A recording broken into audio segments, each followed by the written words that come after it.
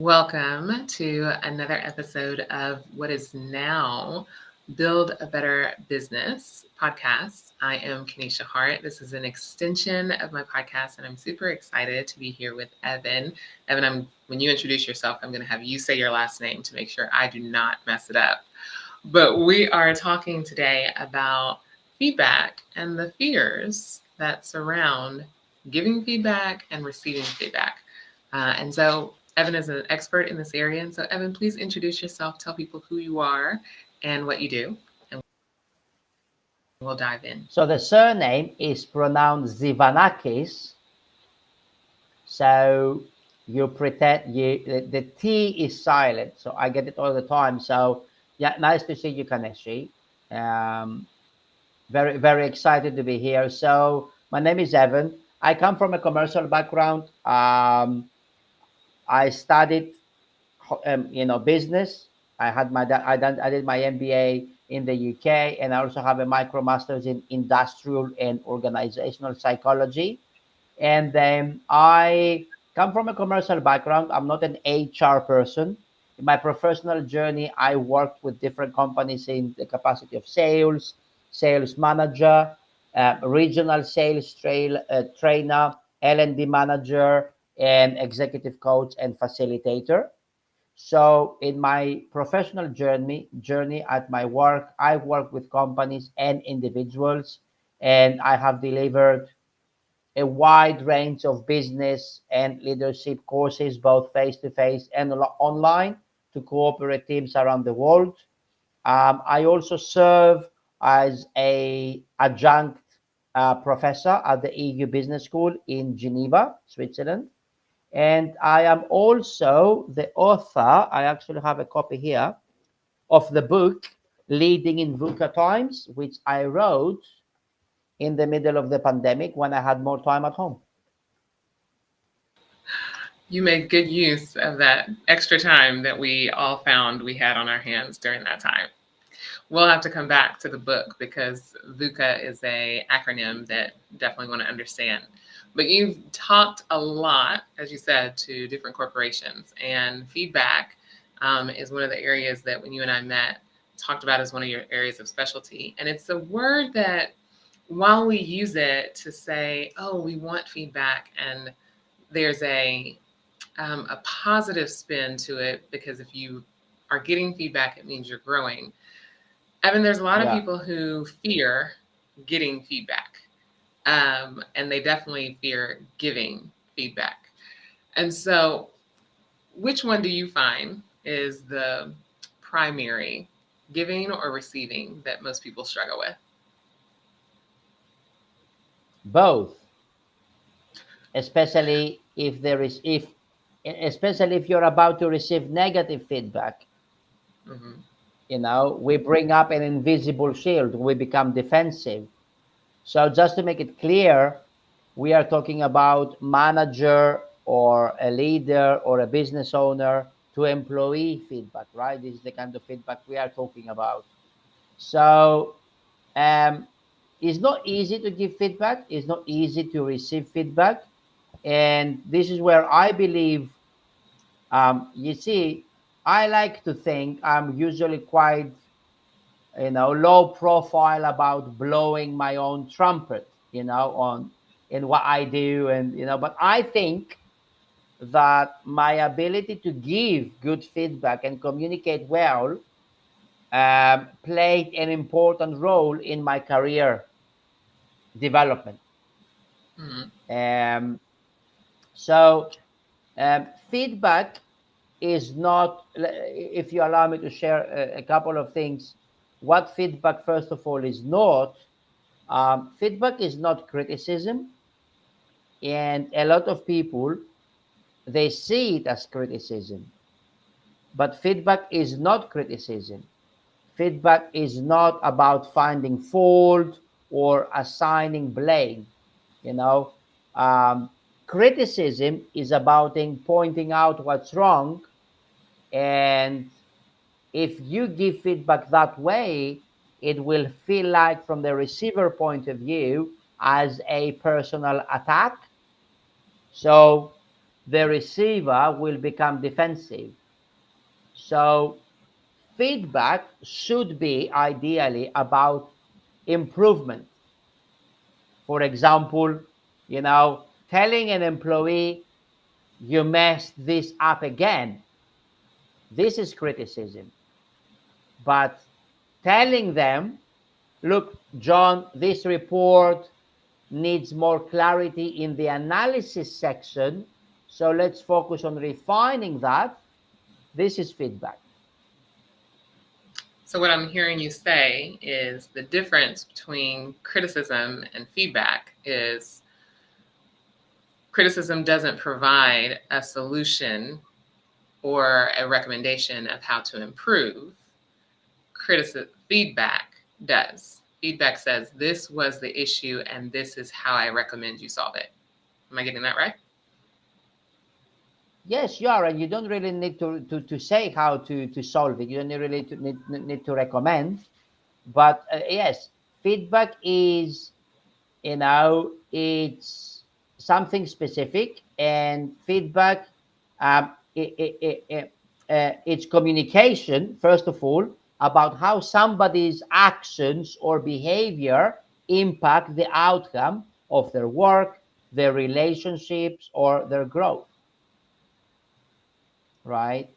And another thing is, on the flip side, if feedback is not criticism, feedback is also not to praise somebody. So feedback is not praising.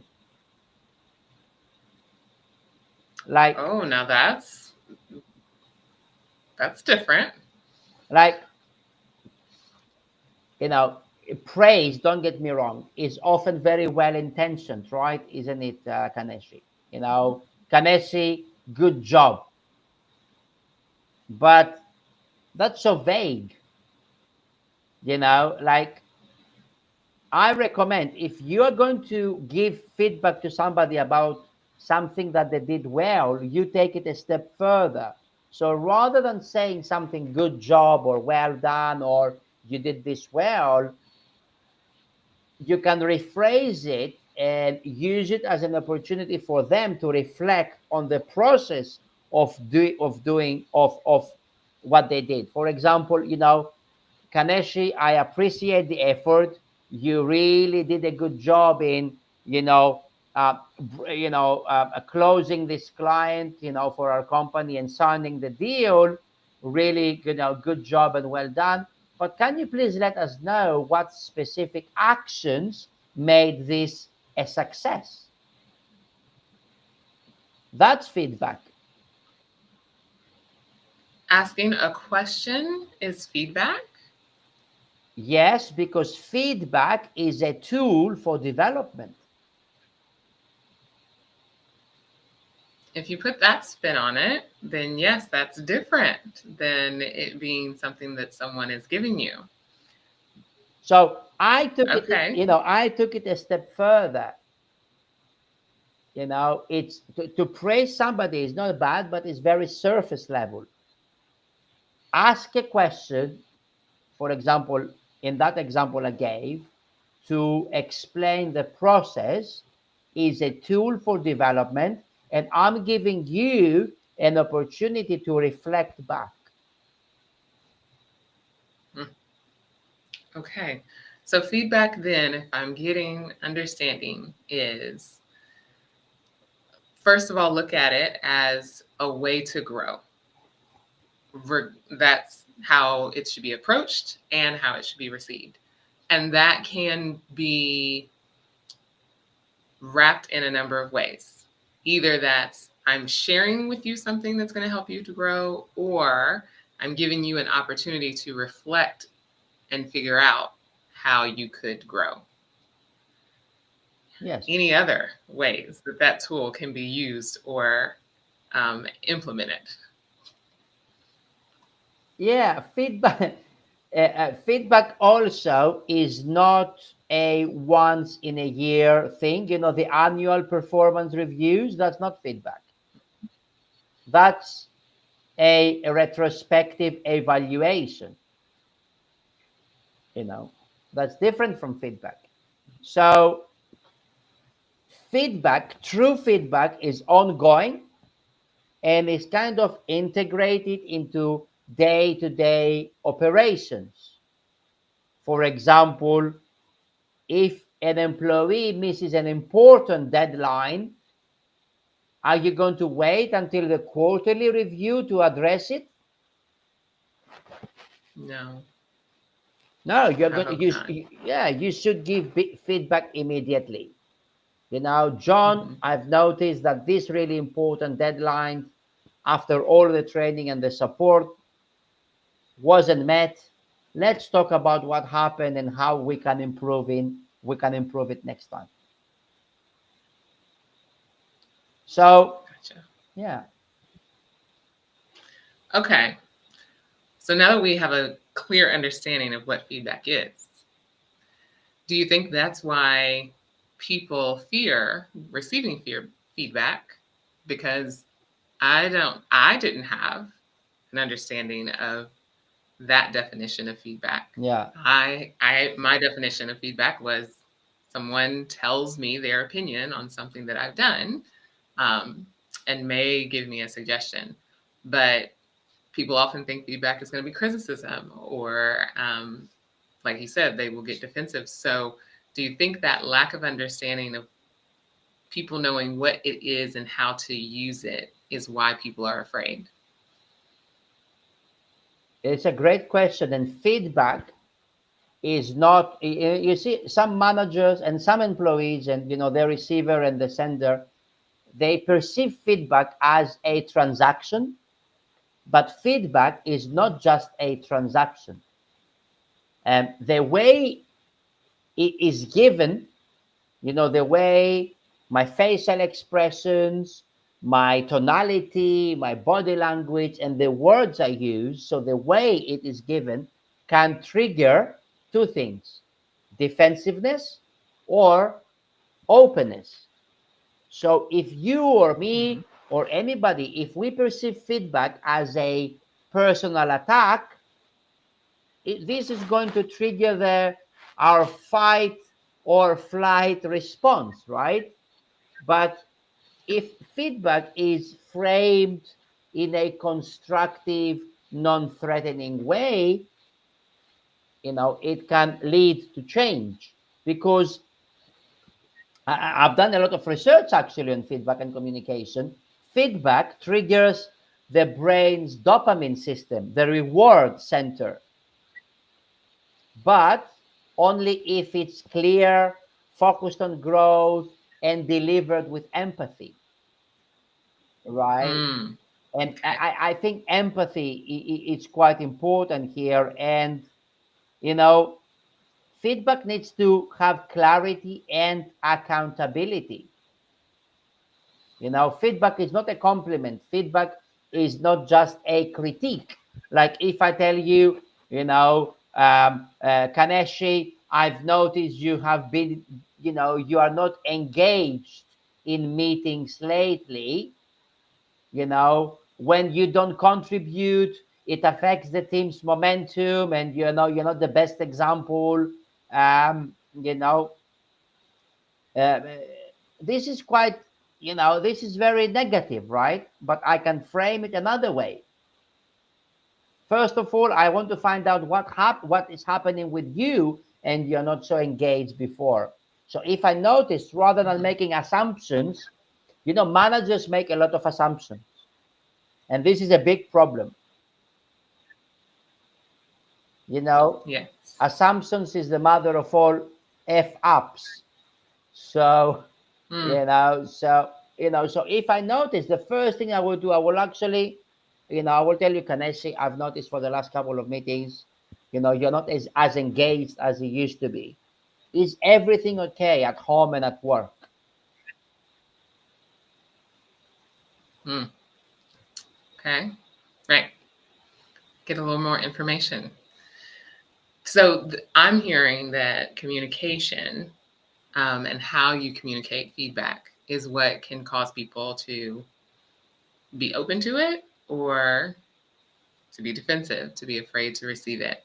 And I would imagine, because feedback is so important, especially if we're talking about in the context of manager, employee within an organization or a company, that because it's so important, if people don't receive feedback well because of how it's delivered or because of how they are interpreting it, then two things occur which can be detrimental to the company and the employee's performance. One, they don't respond to the feedback well.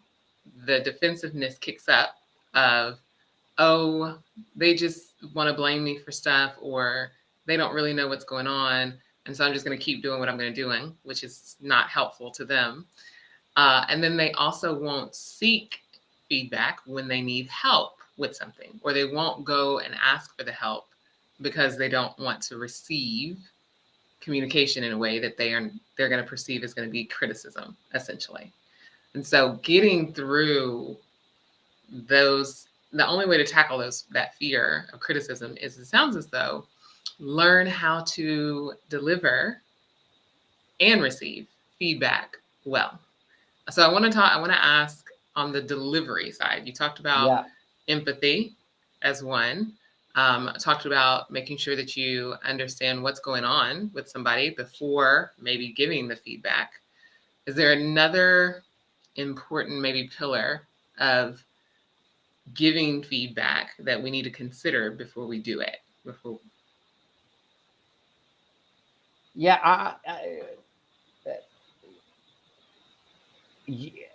You should consider, first of all, having all the data. What is happening. I'm the kind of manager that I really want to know what is happening with my employees. You might call it old school, but I really want to know what's happening in the professional life 100% and in the personal life as much as I can. So that's my style. The more I know, the better I can manage, the better I can lead. So an important word which you used there was delivery, and the delivery matters. Like, consider this scenario. Let's say, do you have an employee who is constantly underperforming in a team project, and I go and say, John, your reports are constantly late and it's becoming a problem. This delivery will provoke a defensive response, such as, I've been busy, there is a lot going on, I am involved in 3 other projects, which is natural. But please consider reframing it. I can say, John, you see my tonality is different, my tone of voice is different. John, I've noticed that your reports have been delayed a few times this month, and as you understand, this affects our ability to meet project deadlines. How can I help you? Or let's figure it out. What's causing the delay and how we can fix it together. That's different. So you see the difference? It is, right? Yeah. The first one sets a defensive tone. The other invites. It is an invitation, problem-solving invitation. So the delivery matters. And sometimes, to answer the question, is what we need to consider. Please don't give vague feedback. I see that happening as well. Being unclear or too general is not helpful. Like, Kaneshi, you need to become more proactive. What does that mean? Exactly. It's very empty, and it's and the employee doesn't know how to act on it. Kaneshi, you've been working here 6 months. I would like you to take ownership of the next client meeting. Please prepare the agenda, organize the resources, and lead the conversation. I know what to do. That's specific. Exactly. And that's actionable. So your feedback should be specific and actionable, not vague of, you need to be more proactive. Yeah. And people appreciate direction. People appreciate structure. We like to talk about we want freedom and flexibility within structure. We do, but because when there's a very clear destination, we can figure out how to get there, but we need a clear destination. So just like you said, clear and actionable feedback is helpful. And the people Yes. feel good about it, right? So when you invited the person in because they're invite them into how do we talk about this issue with your late reports, then it feels more of a collaborative effort, not a competitive between the manager and the employee in a way. And so I think that's really important for people to consider. How do we partner when giving feedback and sharing feedback? I'm curious on And the receiving side. yeah, Oh, go ahead. yeah. You had a point. No, no, the receiving side. Sarah, would you like my input on the receiving side, or is Yeah, let's talk about that because that's an yeah, area where people get yeah. stuck. It, we get stuck because you see, why do I like specific actionable feedback? One of the reasons I like it because I want to see who my winners are in the company. What do I mean? If you receive feedback which is which is actionable, which is correct, which was delivered right, but you don't act on it, I will understand a lot about you as an employee and what you want to do here. So receiving feedback but not acting on it, for me, it's a huge missed opportunity. Mm, mm, For example, time management. I think all managers, we all gave feedback to people that need to improve time management. It's the most classic feedback and one of the most common bestseller feedback, let's call it that way, right? The most popular feedback, time management. So if you have an employee that they told they need to improve their time management and you help them and support them and they agree, but they don't take action, like they don't create better systems, they don't prioritize tasks. If they don't act on this feedback, it becomes pointless. mhm. Yeah. And the other thing about receiving feedback, we touched upon a little bit, is become defensive. I mean, I understand nobody likes to hear they've done something wrong. I understand that. I mean, we're all humans, but defensiveness blocks growth. Mm. But I think um, the more work experience we get, the less defensive we become. Hmm. I don't know about that one, Evan. I think it depends a lot on the person Yeah, you're receiving it from, how you perceive their intentions yes, behind giving it. But I can definitely see where you learn to disseminate what you're receiving, regardless of how it's given, and then turn it into how do I take something from this that can be beneficial to me.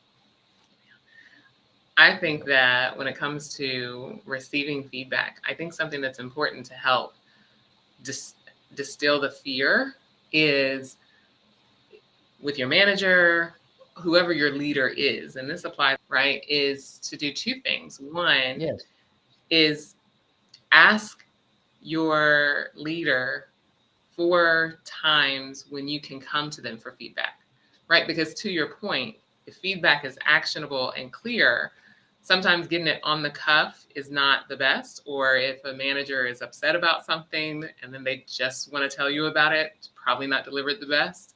And so if you, as the employee, go and say, hey, every 2 weeks or once a month, can I sit down with you for 15 minutes and get some feedback from you? Then that puts the employee in the driver's seat and they're taking the initiative to say, I'm expecting to receive correction and suggestions, or questions on how I can improve, and you don't go in fearful because you're not blindsided, right? And so I think making that a priority, being the initiator to receive feedback can help to distinguish the fear. And then also just asking your manager, is it okay that I ask clarifying questions? We hope that this doesn't have to be done in 2025, but there's not, there are all types of managers, and some of them haven't yet evolved to the point where they say, I'm good with being questioned. And so you have to invite that conversation, Yeah. right? But asking them, when you share something with me, is it okay if I ask questions so I get a better understanding? And then ask the questions. And then, like you said, do something with the feedback, right? But I think if you know going in, I can ask for clarity, then that helps to remove a little bit of the fear of receiving that feedback. And you are absolutely right. And I totally agree with you. And what comes to mind is the relationship that you have with your direct manager plays an important role. Yeah. And um, it's a two-way thing. And so, and something else that we also need to be careful, and I have experienced this in, you know, when you give feedback to people from different cultures and countries, that could be tricky as well. How so? I know with experience, some cultures tend to take things very personally, very personal. So you need to separate the person from the feedback. So you need to tell them, Kaneshi, I'm going to give you feedback on so and so. This has nothing to do with you as a human, with your personality, but with the quality of your work. Mm-hmm. So focus on behavior, not personality. And feedback should focus on what somebody does, not who they are. Because trust me, I've learned from experience, some people will tend to take things very personal in some cultures. Yeah, that is a great point. And it speaks to the relationship, right? If you're working with individuals from a different country than you, building the relationship so that you know a little bit more about how they perceive things, their cultural differences, and how that can impact your communication is so important. Before we wrap up, Evan, I would like to ask, you've given a lot of great direction on things to consider, redefining feedback for a lot of us, and things to make sure are a part of feedback. But if there's one thing that you could leave for individuals who have team members and they have to give feedback, what's that one thing that you want to make sure that they take away from this conversation and into how they dispense feedback? Um, Check your tone and your body language, um, and your face. Even if you're doing it online, Mm-hmm. like you can give very harsh feedback with a big smile. So check your tone and body language, and your tone, the way you come across, your facial expressions, your aura, your energy can either foster an open conversation or create a Mm-hmm. barrier. So, you know, make sure it's constructive, not accusatory. So, for example, if you cross your arms, if you're defensive, like this, or if you speak in a very harsh tone, very tired, first of all, nobody will want to become you. Nobody will want to have your job because you look tired, and, if you come across harsh, crossed arms, the receiver will shut down. So please be aware of how you are coming across physically. I think that's a great one. You made me think about the fact that those listening, you all may already have a bank of feedback that you've already made deposits with your employees where it may not have been great. And now every time that they think about talking to you, they're uncomfortable. And so you may have to go to them after seeing this and say, hey, I'm going to be working on how I share feedback with you going forward, and give them the permission to give you feedback on how that process is going for them. Because when you want to improve something, if you just make the shift and you're still working with the same people really are skeptical at the beginning. But if you go to them and have the conversation of, hey, I want to I'm adjusting some things. I'm acknowledging that I didn't do this the best in the past, and I've learned some things and I want to practice them going forward. People are much more receptive, and you'll see a better impact. And so you're talking about the body language and how you deliver it, tone of voice, just made me think about that. Evan, I know you have more to share on this. And so I want you to tell people how they can find you and work with you. But before you do that, can you explain your book title? Can you show us the book again and tell us what VUCA means? Volatile, uncertain, complex, ambiguous. Okay. Leading in volatile, uncertain, complex, and ambiguous times. Complex and ambiguous times. And what are these times? Geopolitical. It covers a lot of things like we live in geopolitically volatile times, right? Also internally, what employees want now is not what they wanted 5 years ago. Now I call them we live in the era of the educated employee. They want to be inclusive, they want to be heard, they want training, they want support. So the way of management is different to how it was 5-10 years ago, and especially just before COVID, right? Because I think COVID and lockdowns and resignations and reevaluation of values changed a lot. Yeah. Changed a lot of things. Yeah. So your book helps with that. Tell people how they can find the book and how they can connect with you. They can find the book on Amazon, and they can connect with me on LinkedIn. I think it's one of your favorite platforms as well, right? Yeah.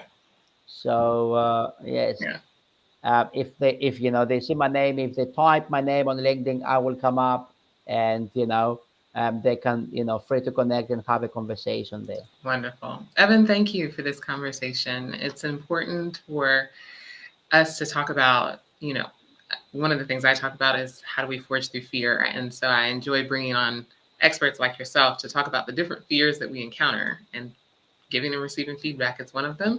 And because feedback is communication, it's so important that we talk about this. It has such an impact, especially in the business world. And so thank you for the very informative information that you shared today. It's been truly helpful. Thank you for having me.